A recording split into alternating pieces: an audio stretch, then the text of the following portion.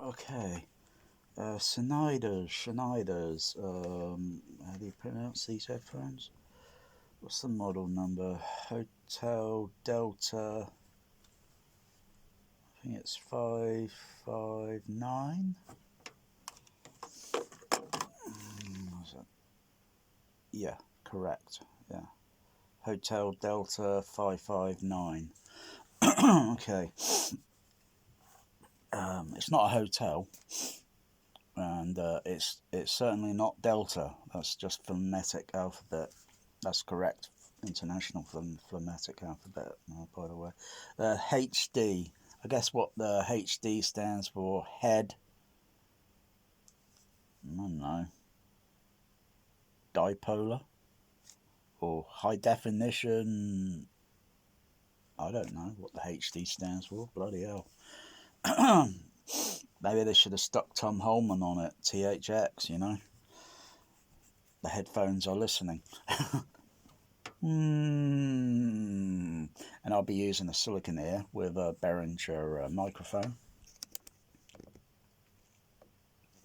So, and I'll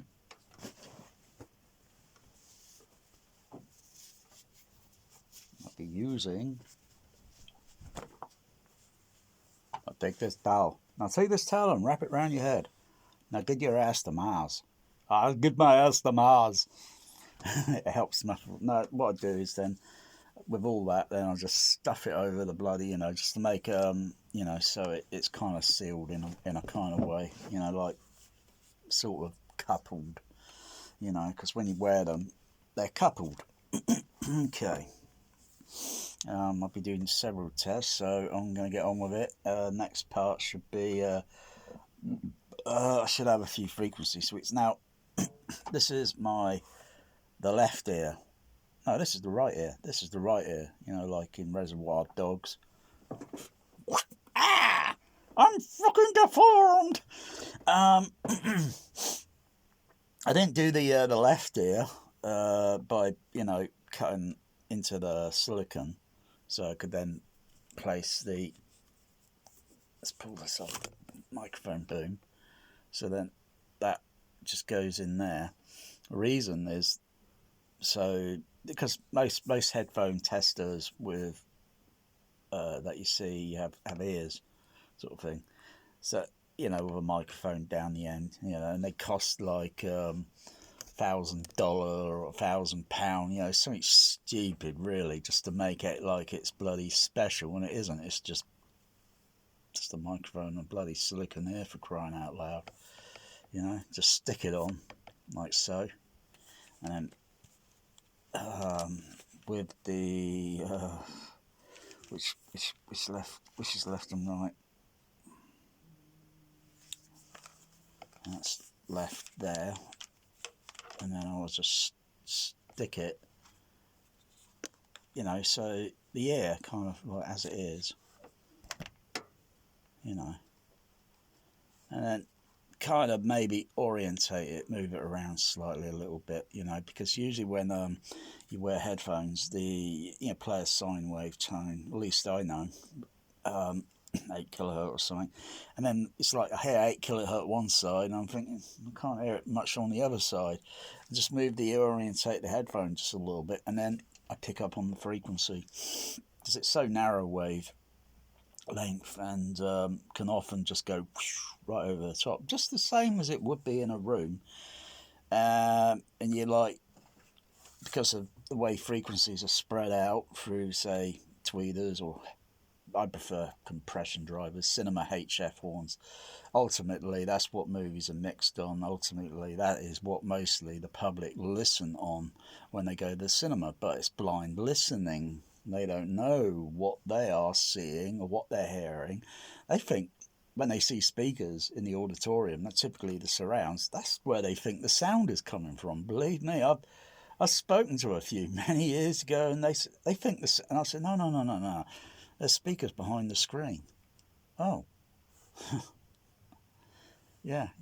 So, everyone that's got a smartphone and all that, um, they all, I'm just saying, not everyone's smart, you know.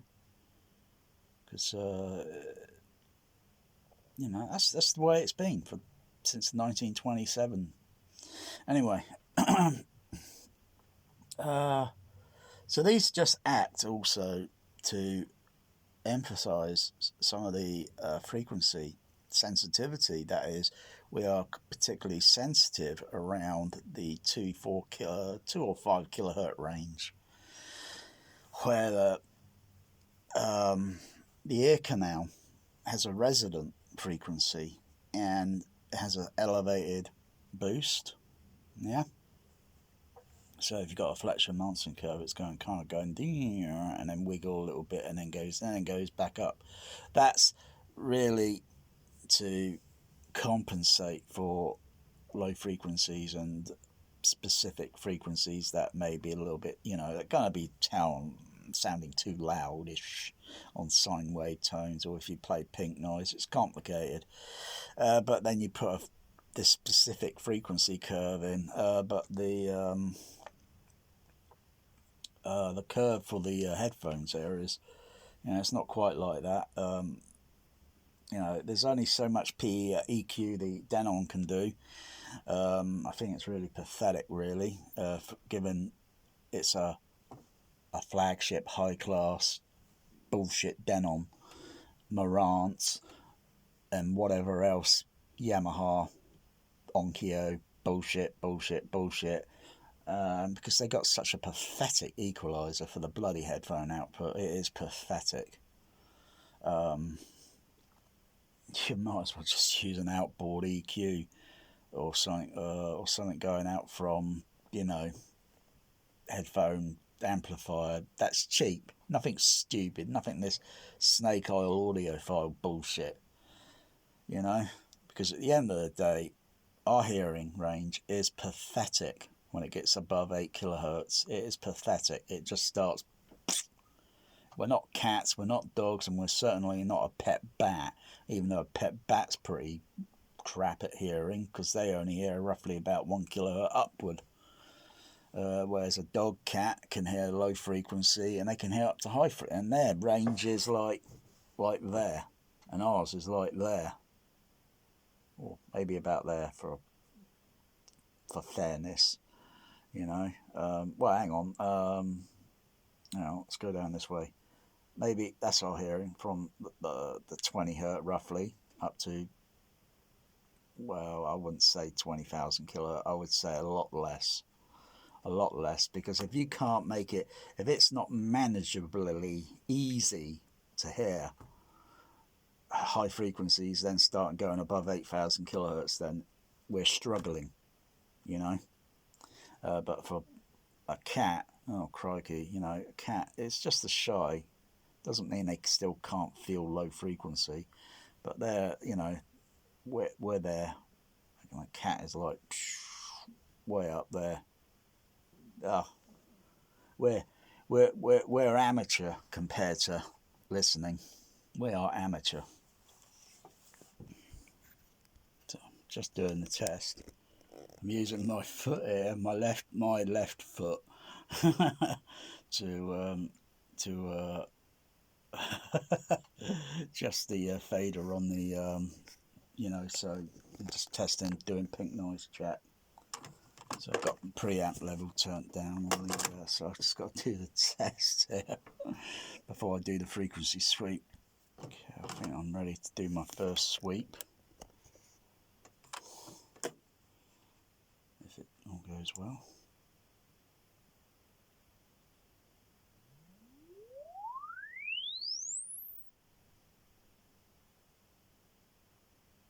Now that would have been bloody loud if I had the headphones on. I mean, I had it got down and up at 0.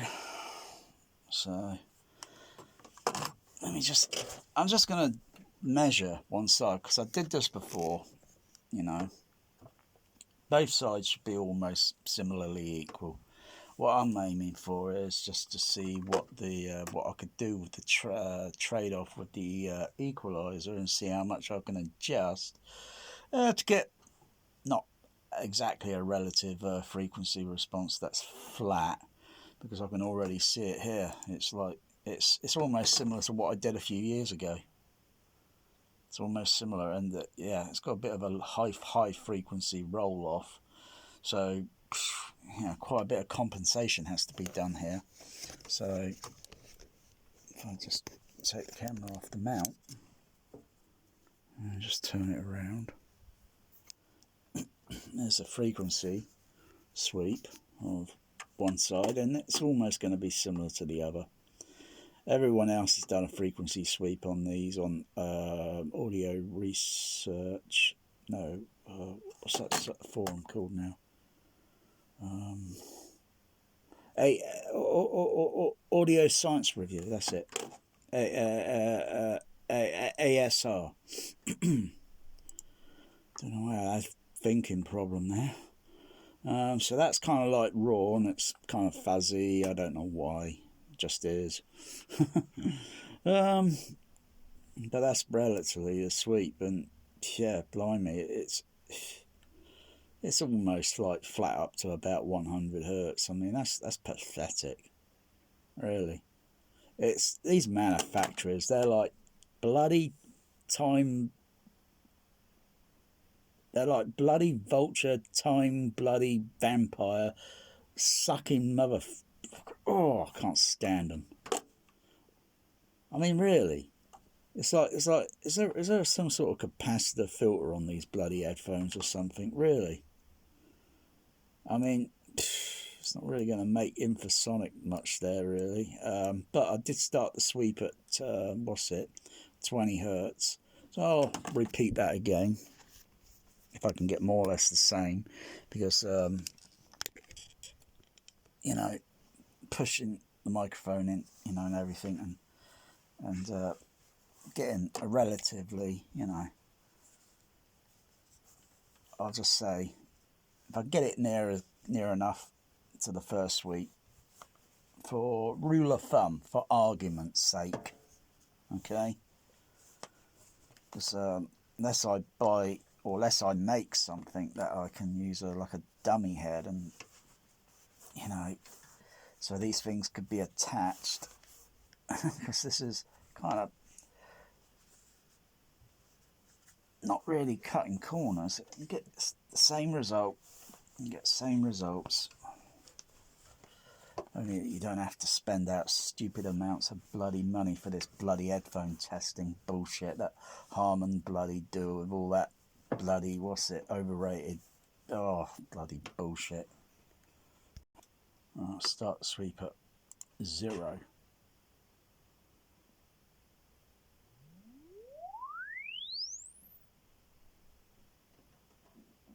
And when it gets up to a certain frequency, yes, I can feel it in the headphones. Okay, the sweep's pretty close, bang on to where I did the other sweep.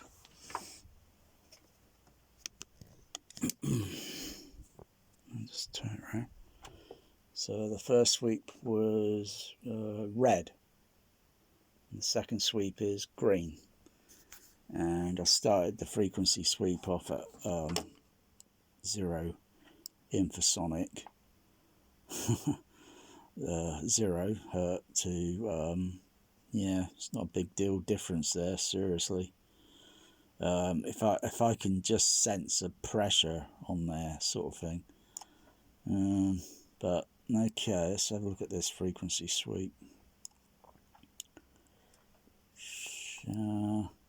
So the silicon here is kind of making it a little bit where the it's moving around here between maybe 2 and maybe 5 or 6 kilohertz, around this range here. Okay, shall I do the sweep without the silicon here? Make it so, number 1. Now this is not very easy to do. Not easy. It's technically a little bit inaccurate, but it's not easy to do. Okay, I've got a nice pink noise sine sweep there. Pink noise test.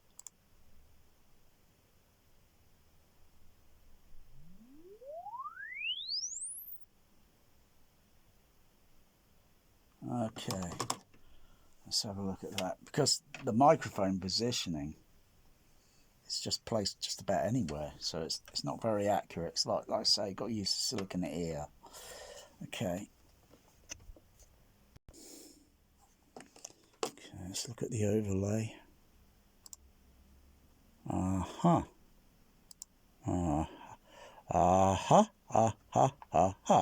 So the blue one is without the silicon ear. So you can see how it's kind of like not as sensitive, it's not as loud sounding-ish, so to speak. It's a bit flatter almost, but not really, because I would have to, if I was going to EQ with the Denon, let's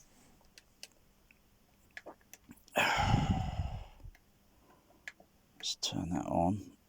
It's already set adjusted, and that was adjusted for some bloody that was just adjust. So I'll just go back, reset it back to okay. Let's go back out. 2 kilohertz range, 2 and 4. Okay, so calculations. Let me just go back and another look. No, another gander. Make some rough calculation. How much dB cut? So with the silicon there, that's 75 dB there. 75.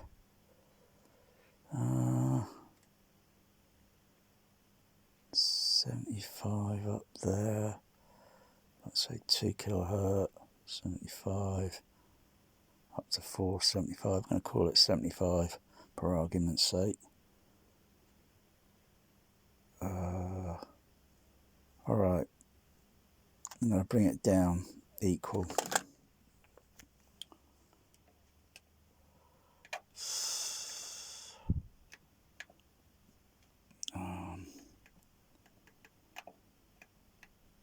Bring those down, and these are half octave EQs, they're not third octaves.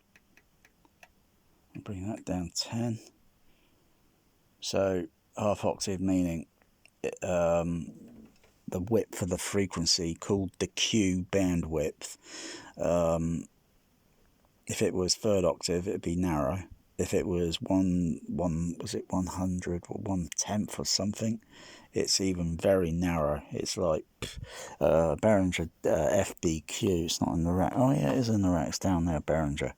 That could put in very tight narrow band frequency bandwidth, Q bandwidths, and then can really widen it out to, like, say, going from there to like that sort of thing. So it then goes over all the frequencies simultaneously. So it's got quite a bit of functionality there. Preferably, I think I would use a Behringer FBQ for a parametric equalizer, rather than just using, or you could use a Behringer DEQ as a headphone equalizer, because you could still put in narrow frequencies on the DEQ, similar to the FBQ, and widen out the Q. So you got as well as you got the third octaves. So you could probably get a little bit, probably better with using a Behringer DEQ. And mind you, always listen safely when using headphones. Don't play them up too bloody loud, for Christ's sakes, particularly when frequency ranges going roughly, say for argument's sake, 100 hertz up to maybe 2 kilohertz, because those ranges, that it's just going to damage your hearing.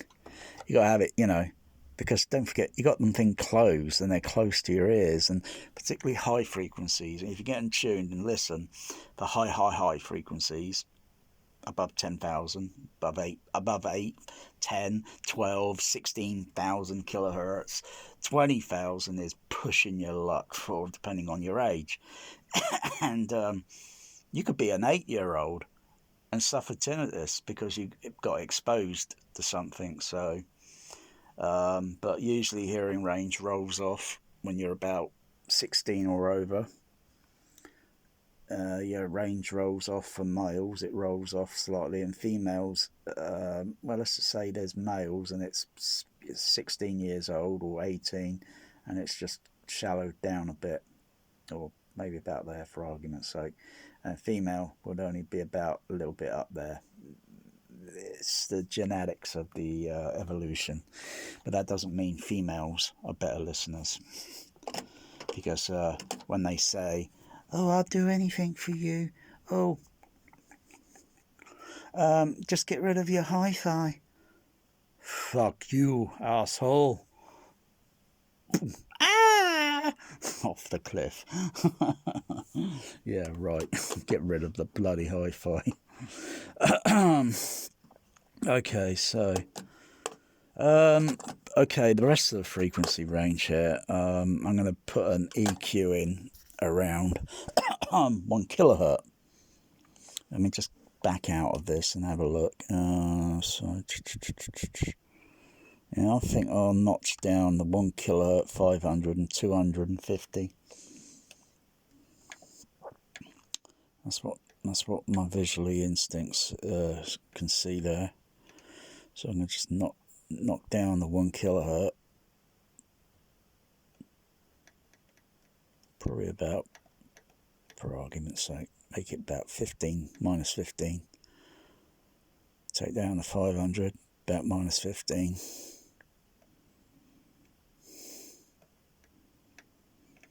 And take down 250.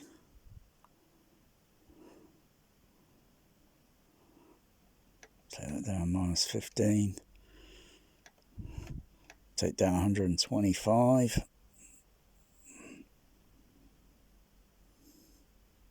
This bears no effect with the rest of the system's EQ on the system. This is just primarily for headphone. 60, 63, looking at where is it, it's down. I think I'll notch it down a little bit, not too much. Take it down 6 dB. Okay, so I've got a sweet, yeah, got that there. Okay, I'm going to repeat the test again with the silicon ear. Okay, I'm ready. Also, I'm not adjusting the volume level, so I'll just see what I see. Okay.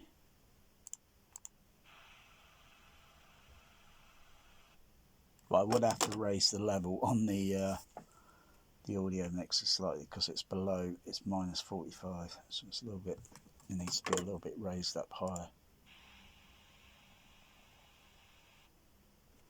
Okay, so raise it up a little bit more.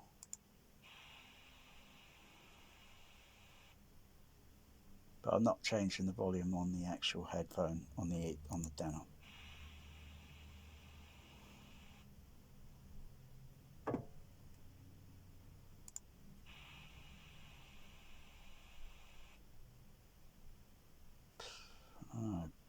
Was it minus 30 when I tested it last time? I can't remember.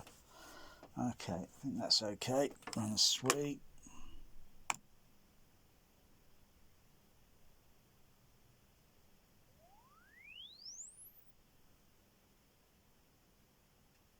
Kind of felt strange. Oh, well, because of the third octave, not third octaves, because of the half octaves and such on the EQ, oh, this frequency sweep looks, I don't know whether it's bloody worse than the other, but let's have a look. The overlay. Okay, so orange, low frequency down that end is just elevated up a little bit. It's not too bad. So it kind of dips down a bit, up and down, kind of like a roller coaster, except it hasn't got the loop. If it did that, I think I'd feel dizzy. You're not going to really notice these, you know, you're not really going to notice it that much, particularly if it was music, a movie playing, because the soundtrack frequency levels are all randomly doing this all the time, so just like real life sound, you ain't gonna notice. But it's too bad I couldn't get it like so. It's going up and get a bit, but with patience with an FBQ or a DEQ. I could use a DEQ. I'm not using the other DEQs at presently for anything, at least not yet, for the screen channels, but I could use a DEQ. How do I get it connected onto the Behringer? How do I get it connected onto the Denon on the headphone output? Is yeah, because there's no way you can do that unless you go with a headphone output jack and then a phono lead. So you got headphone 3.5 or no, is it 4mm jack? Or was it 4.6? You know what I mean? Plug it in and you got RCA phono on the end, or connected to an XLR, positive and ground, and then connect those into the XLR inputs on the and then you got to come out of that. Oh dear, oh no, that's a dog's dinner. I think I'll just go with this. That will suffice. But the high frequencies up here at the very top here, 5 kilohertz, a little bit elevated too high, I think.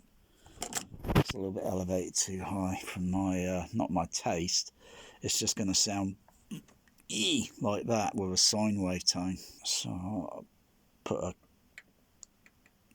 bring down the 8 kilohertz range. Bring down the 8 kilohertz range.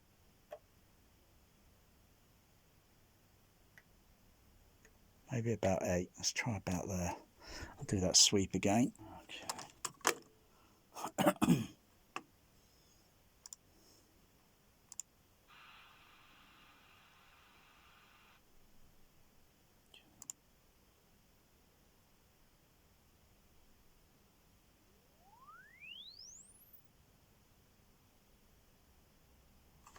Okay, let's have a look at that.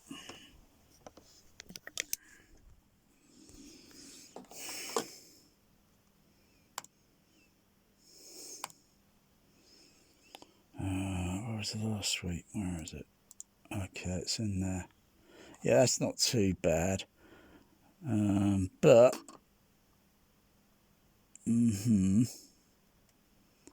this range around about 2.6 kilohertz.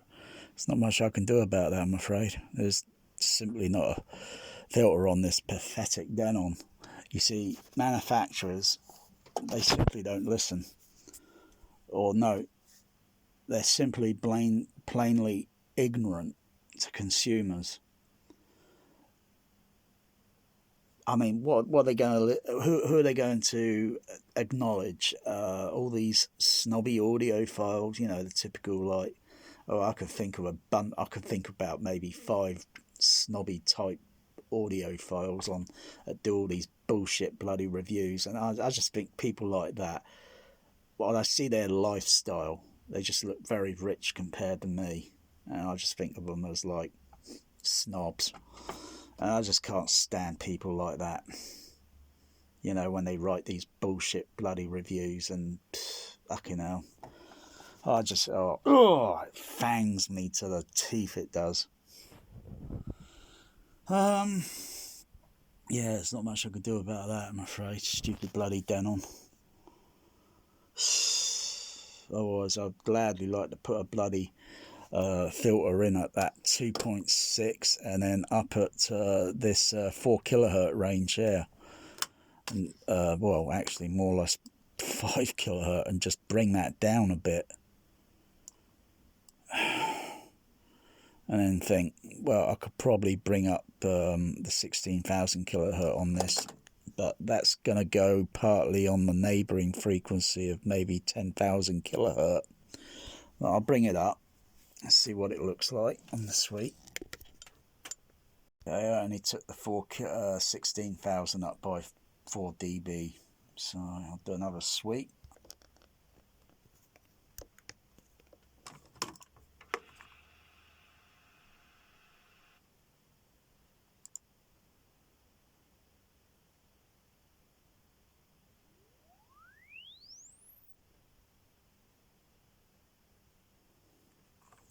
Okay, let's have a look at that one. This data I'll be putting on the audio science review. My findings. I know Mia's got a bit more, I don't know, test gear and such, but the way I see it, the more tests there are done, the more tests are. No, that's not how it's gone. The more tests done, the more tests remain and stay the same. Yeah, I was trying to do it with the kind of Snake Plissken sort of husky kind of like voice, you know, like the ending of Escape from LA or something. The more things change, the more they remain the same. It's absolutely damn true. It is so true. That word is that quote. Whoever quoted it originally, that is so true. Okay, let's have a look at this suite. I think it's in blue here. Yeah, it's up here. So, where was the last one I was looking at? Green here. Okay, it's green right down there. That's illuminating. It's like luminescent, like Predator. Dun dun dun dun dun dun dun dun dun dun. Okay. Okay, that one's not too bad. That's relatively gone up a little bit. Okay, I'm going to do a quick listening test. So this is a kind of long video. So I'm just going to play some excerpts from Star Trek 2.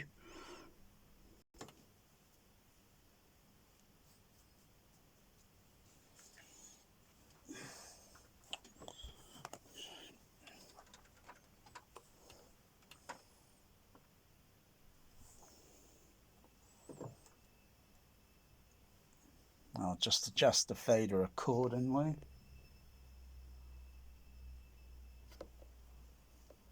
And just turn it down by a couple of dB.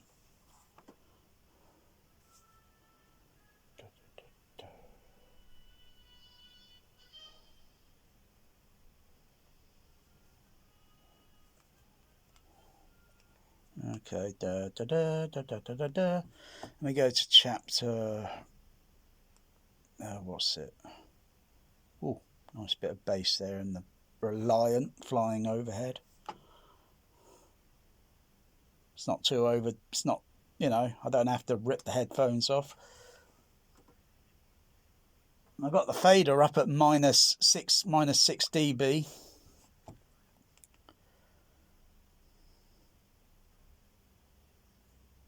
You'll know what she'll say. Something you can transplant? Something you can transplant? I don't know.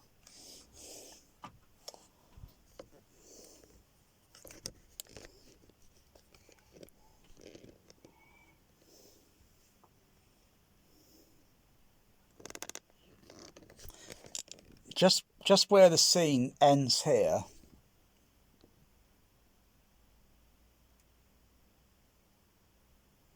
About there. There's this high frequency pitching sound that's kind of like sort of oscillating between two or so frequencies, between around, I think it's about 7.4 kilohertz, and it makes this kind of squeaky sound. And Star Trek's you know, on the beaming effect, that has a high frequency range. It goes up to almost 18,000 kilohertz, I think.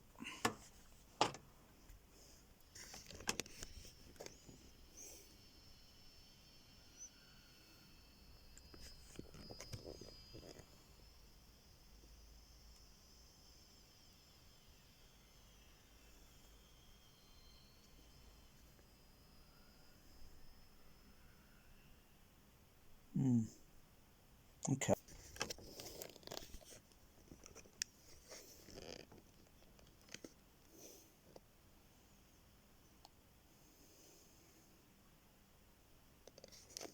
In space.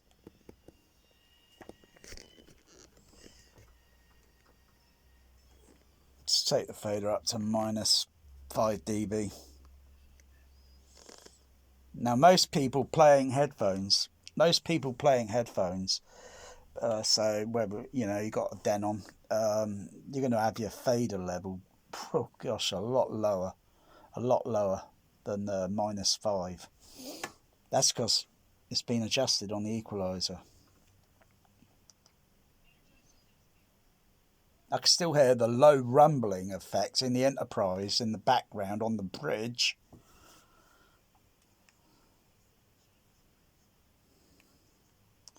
That sounds okay on a Hura. I'm getting a comm message. They say they're overloading, and it's not very sibilant because usually that dialogue, typically playing it and getting the frequency right on the screen speakers, because sometimes it can sound a little bit sibilant, exaggerated. It didn't sound like that here. It sounded okay. Natural. Scanning. Their cooling ignitions are normal. They still haven't raised their shields. They don't suspect their shields are going up. They're locking phasers. Raise shields.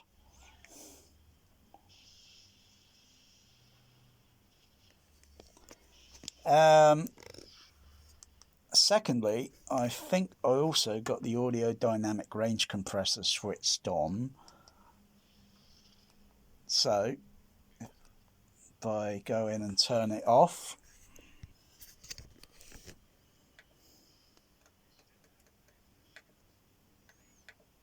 switch it to off.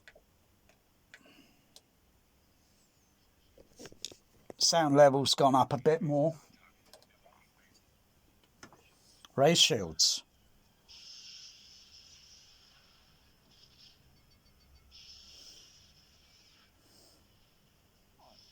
Wow.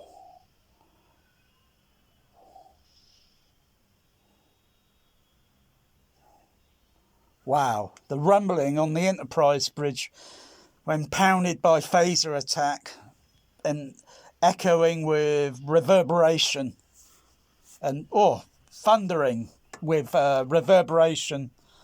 Amazing. In a vacuum. I need air. I need air. Let me try the turbo. Let me try the turbo lift doors.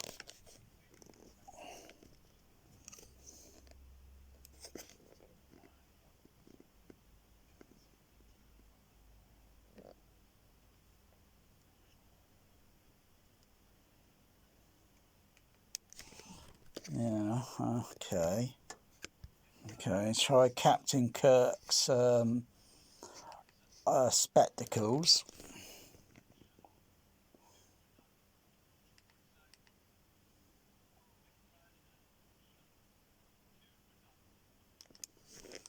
I can hear a little kind of sound when he's taking the spectacles off. But you know what? They simply don't make that sound.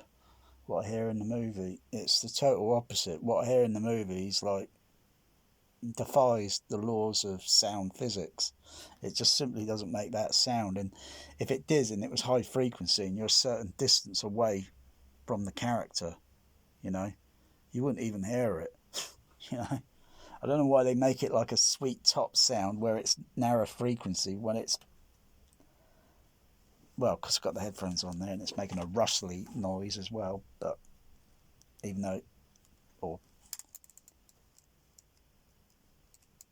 no, they don't. It's total bloody opposite. The bloody movie's bullshitting a little bit on the Foley. And I thought these Foley artists in Hollywood were bloody perfectionists. That sounds completely opposite of reality. Anyway, that's the test. So I had the fader around about -5, and Star Trek 2 is a pretty loud bloody movie when you think about it sometimes. So that was about -5. So I'll put the test up. I'll put the video up. It's almost 40 minutes. So I'll just come up to the 40-minute mark. 3, 2,